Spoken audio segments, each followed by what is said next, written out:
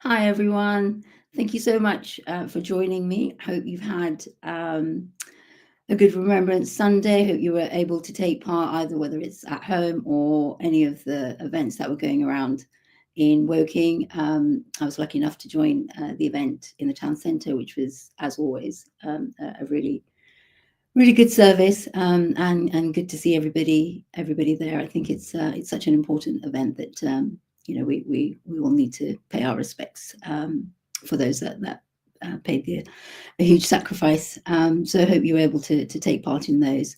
Lots going on in Woking Southwest, as always. Hope you've been able to catch up with some of the work that I've been doing just around my division. I usually keep everybody updated through my Facebook page, so hopefully you've been able to catch a bit of what I've been doing. I think I'll start off with SGN Works on Hook Heath Road, which is the Southern Gas Network Works. I always kind of shorten them to SGN. So the works won't be taking place. I went there at the beginning of the week once I had confirmation from SGN that the works were not continuing, and we shot a short video. So we'll play the video so that you can have a listen.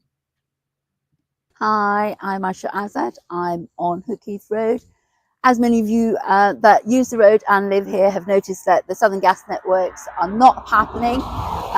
Lots of people have commented online as well, and I have now had confirmation that the SGN works will not be continuing. I understand that the pipe work under Hook Heath Road have been found to be steel rather than cast iron. That was found when they dug holes just to have a look at that. So the drawings they had originally weren't quite accurate.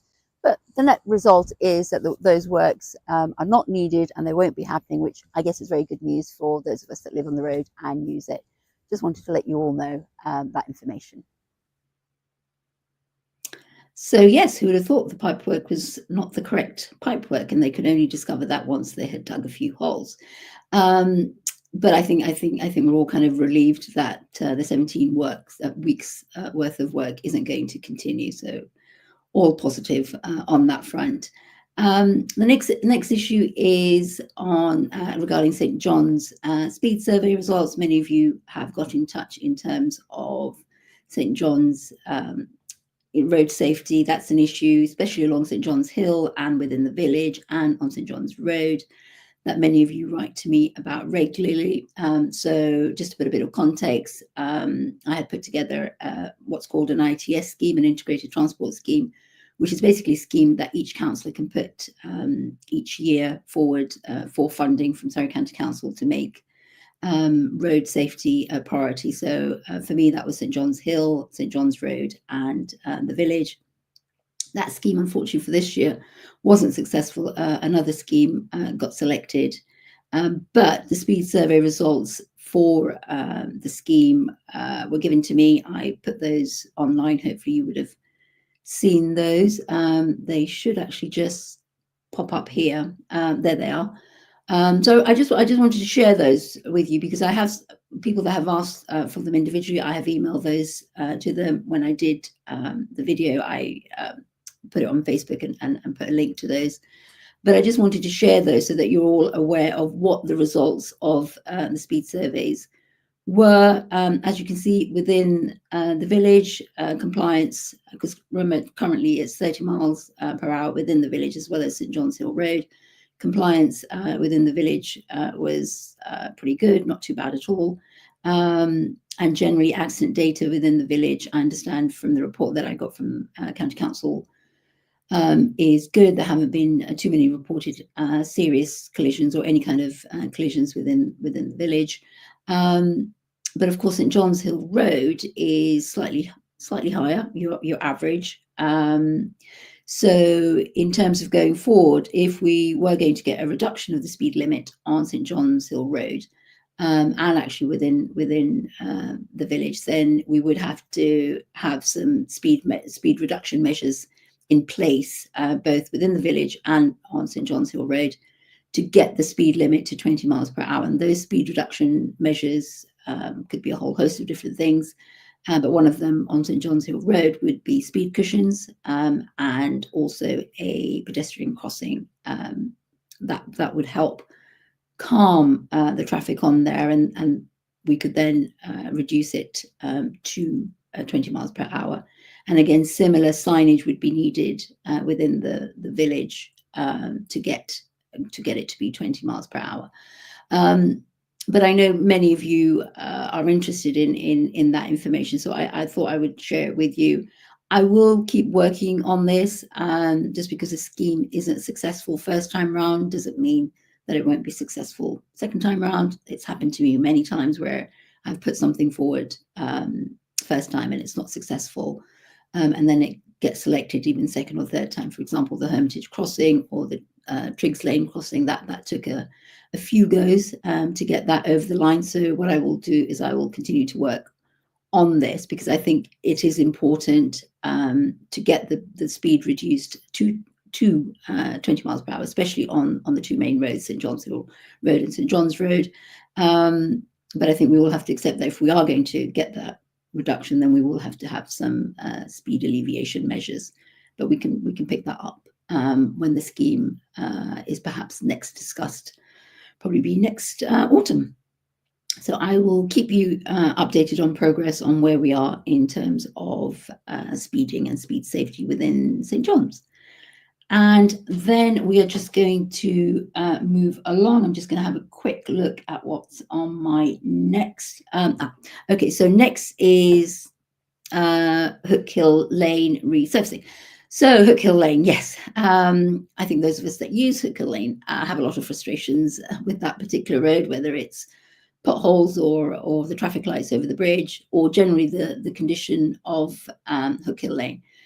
So again, I was there a few days ago and thought it'd be quite good to do a short video, just discuss some of the issues going on there. So we'll play the video and then I perhaps I can talk a bit about it after that.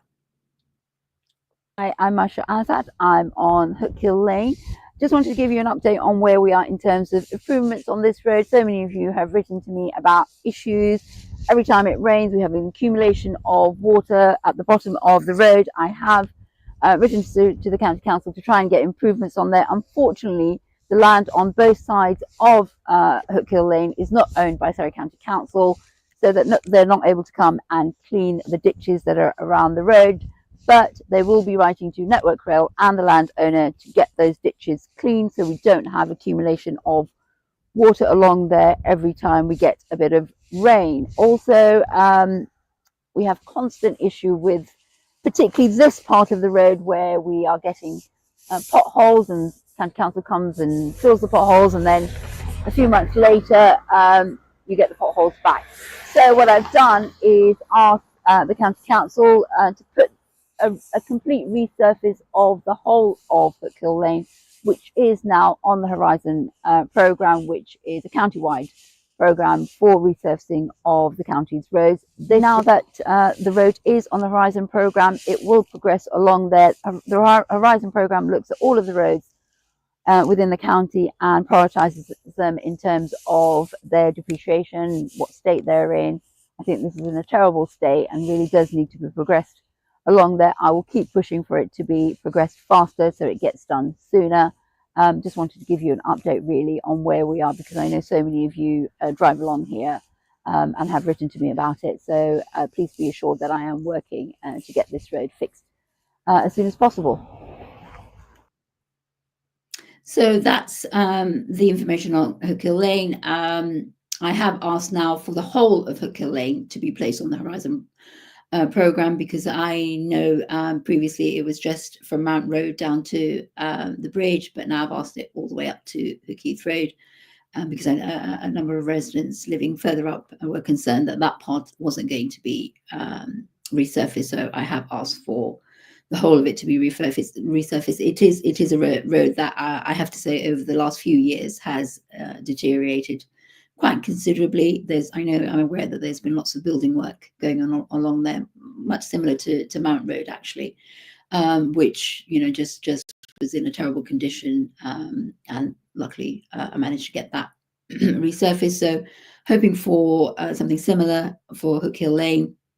It's on the Horizon project, so once it's on there, it kind of just goes up the schedule as and when there is capability, and it goes higher up the scheme because it's kind of county-wide, so you kind of have to wait your turn.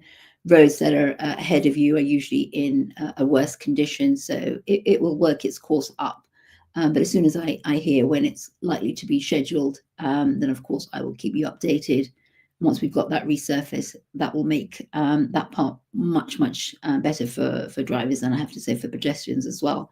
And that accumulation of water that we get, I think you've got to have the ditches cleaned on each side to help that, and the county council will be chasing up the landowners, as I said in the video, quite considerably, so that they come and get that sorted. So that's on Cllr Lane. We now move swiftly on to so it's policing. Many of you write to me about policing within your area, just questions about visibility of police, things that are going on within the community.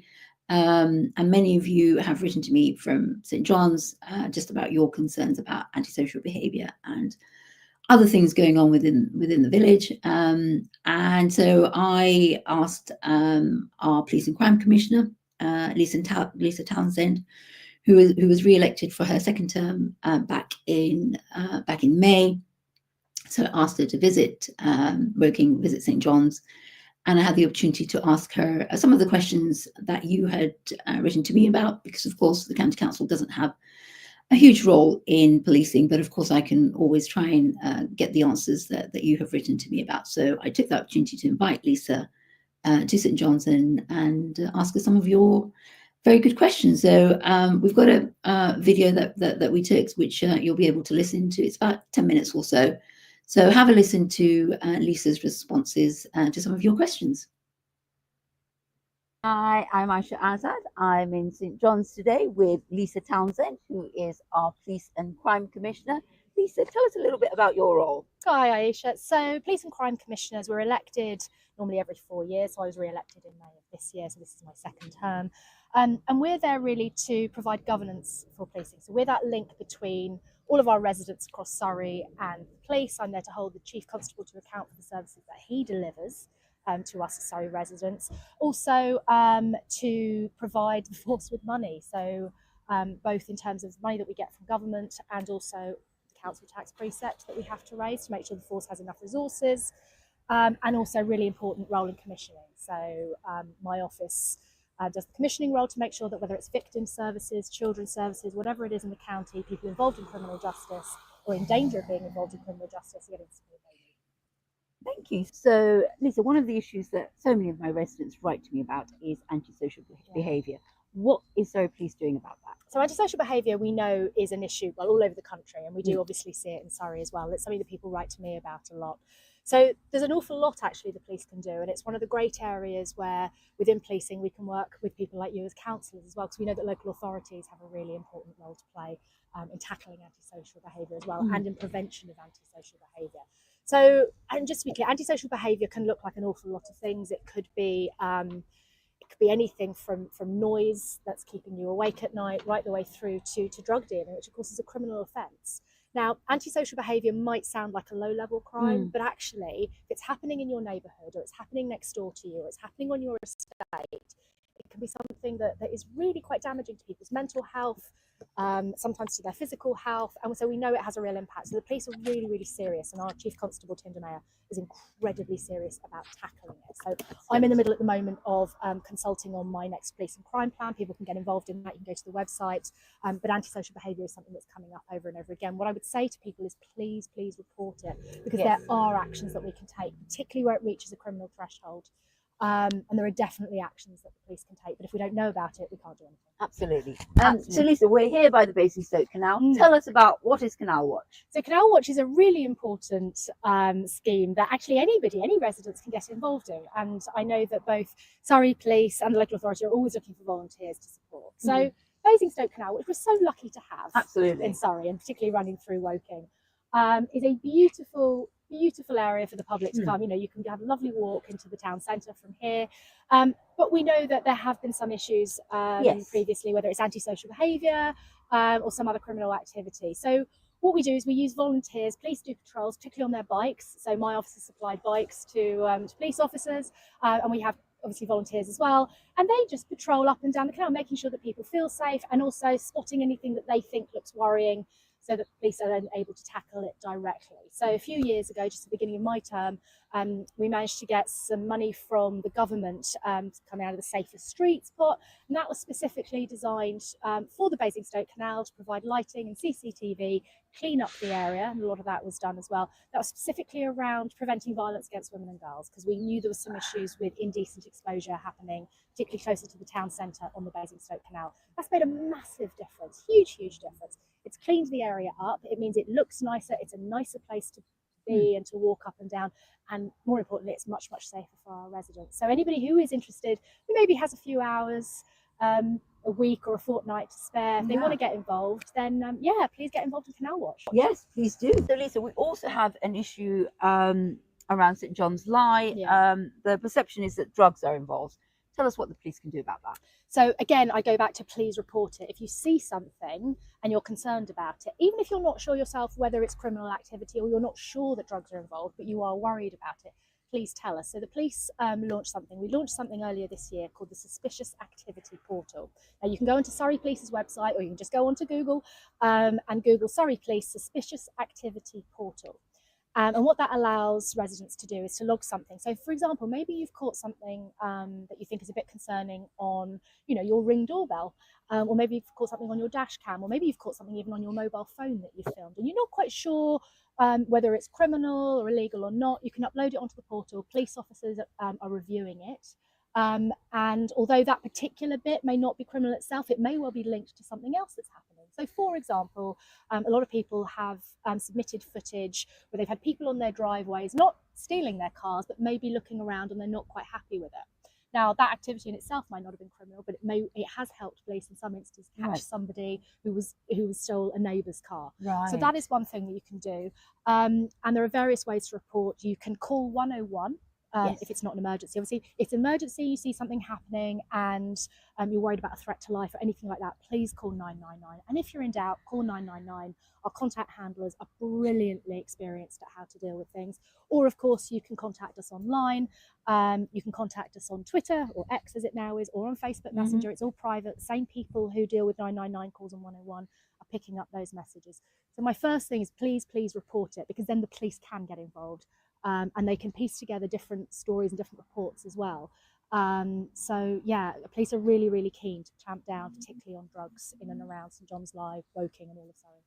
Excellent. So residents say that even when they report suspicious activity, the perception sometimes is that nothing happens. Yeah. How does the police feed back that things are happening and they are looking at these issues? So it's quite complicated. It's a concern I get an awful lot. There are a number of different policing teams that work out of Woking. One of them is the Safer Neighbourhoods team, and they are out and about all of the time. You've got the PCSOs as well who are out and about. So they're able to have conversations with the residents. But if you are reporting something that you're not a direct victim of, it is unlikely you will hear back, and that's partly because we receive hundreds of reports a day, and we have to take a decision around resourcing.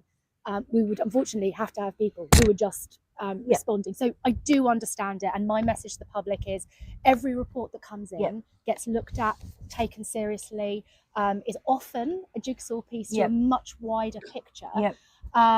If you're a victim of a crime, you should absolutely be getting a response from us and an update, and if you're not, then please get in touch. Lisa, visibility of policing can be low.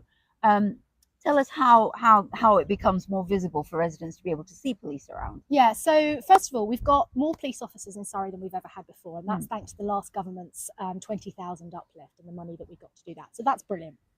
So Surrey has more officers out and about. We're increasing our number of PCSOs, which is really important. There are police community support officers. They really are the eyes and ears on the ground.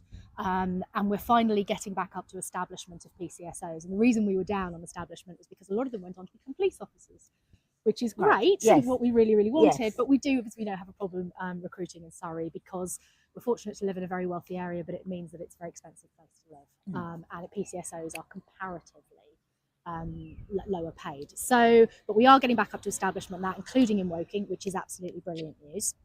But the other thing to make clear to people is we are an incredibly safe county. We're the third safest county in the country. We're the safest county in the country when it comes to homicide, which is brilliant. Police are really tackling things like shoplifting. We've had 3,000 more charges in the last 12 months than in the 12 months previously. 837 of those have been just on shoplifting. So that's really, really good. So police are out and about. They're speaking to shopkeepers, they're speaking to residents, and they're doing all of that. We're seeing burglary and all what we call traditional crime going down. What we are seeing going up, unfortunately, are things like child abuse, online paedophilia, and domestic abuse reporting. Now, I'm thrilled that the reporting is going up because we know that it's happening. But you won't see the police officers who are dealing with those particular issues out and about on the street, because what they're doing is looking after the most vulnerable. And in order to do that, sometimes they need to be plain clothed, sometimes they need to be behind the scenes, sometimes they'll be inside a house but in an unmarked car, helping perhaps a woman and her children who are being abused by her partner. So policing has changed an awful lot in the last few years, and it means the policing, how we respond to people, how we respond to victims, and in particular how we respond to our most vulnerable, has had to change. So you may not feel that you're seeing the same level of policing, but I can assure you they are out and about, they are there, they're there keeping you safe. And as always, if you're worried about something happening in your own community, please tell us. Excellent. And previously we used to have the neighbourhood policing team do Yes. resident engagement events. Does that still happen? It does still happen. Okay. What's the best way to so organise that? Anybody's welcome to come along Monday night. Yes. Of course, to our event where they'll be able to talk to me, the Chief Constable, and the Borough Commander. Who will be talking about the specific neighbourhood team, the individuals on the team, how to contact them. You can go onto our website. If people have any concerns at all, please come directly to me. My details are all on the Surrey OPCC, Office of Police and Crime Commissioner website. They can get in touch with me directly or one of my team. We're happy to put them in direct touch with the Borough Commander or any of the team there. But yeah, the details are all out there. They're doing Meet the Beats, and they want to get, I know the Borough Commander is really, really keen to get out and about. The Chief Constable is very keen as well, that our police officers are there, but they're seen to be there and people know how to get in touch. It's very reassuring. It's vital. Especially in a village setting like this, for the police to be visible and to be seen. It just reassures residents. It hugely. So thank you so much, Lisa, for answering all of these various questions that my residents have sent me. Really do appreciate you coming here in St John's and answering those questions. I hope you enjoy the rest of your time in working. It's been an absolute pleasure to be here, and it's lovely to see the park being used by dog walkers and residents and everything. So thank you so much, Ayesha. Pleasure. Thank you. Well, I hope you found that useful. I hope I got to ask questions that you were interested in. Of course, if there are any other questions that you have, then please do go along to tomorrow's event. Details, the link should be on this live stream. And you just book the ticket and go along. It's at Greenfield School. I think it starts at about 6:30. So, it's a good chance. We often ask, where you'd like to ask some questions or you want some answers to any particular issues. Lisa will be there along with the Borough Commander. So it's a good opportunity to ask any questions that you think are useful. I have got a question. Somebody's just put something in the chat, which is there any update on the St John's Bridge footbridge at all? And wondering whether this will provide more footfall near where antisocial behaviour is occurring and help prevent it. Actually, that's a really valid point, because we haven't had the bridge functional for over a year now. That area of St John's is very quiet. You don't get very many people going there, not even dog walkers. So if there is any kind of activity, that's probably where it's going on. And once the bridge is open, hopefully people will be able to use it.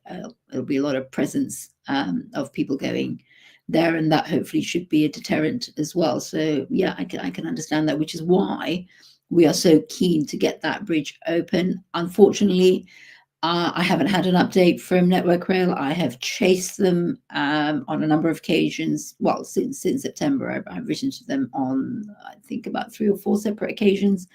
And each time I get a response saying that as soon as they've put something together, I will be the first to know. So all I can say is that as soon as I hear back from Network Rail about anything related to the bridge, then I will, of course, let you all know as soon as possible. The work as we understand it, is due to start in December. I haven't heard anything that it won't be, or it's been rearranged or anything like that. And they were going to, of course, do the resident engagement. So I'm waiting for details for both the resident engagement, and I'm waiting for details of schedule of when the work will start. So it's slightly disappointing, I have to say, that we haven't heard anything from Network Rail, because they did make lots of promises. But I will keep engaging with them and keep being a thorn on their side to try and get the information from them, and let you know as soon as I know. And that's it. That's kind of where we are for this session. The next session is on Sunday, the 1st of December, about 3 p.m. Please do join me if you're able to. Do get in touch with any questions, anything that you are concerned about or want me to look at or want covered, either in this session.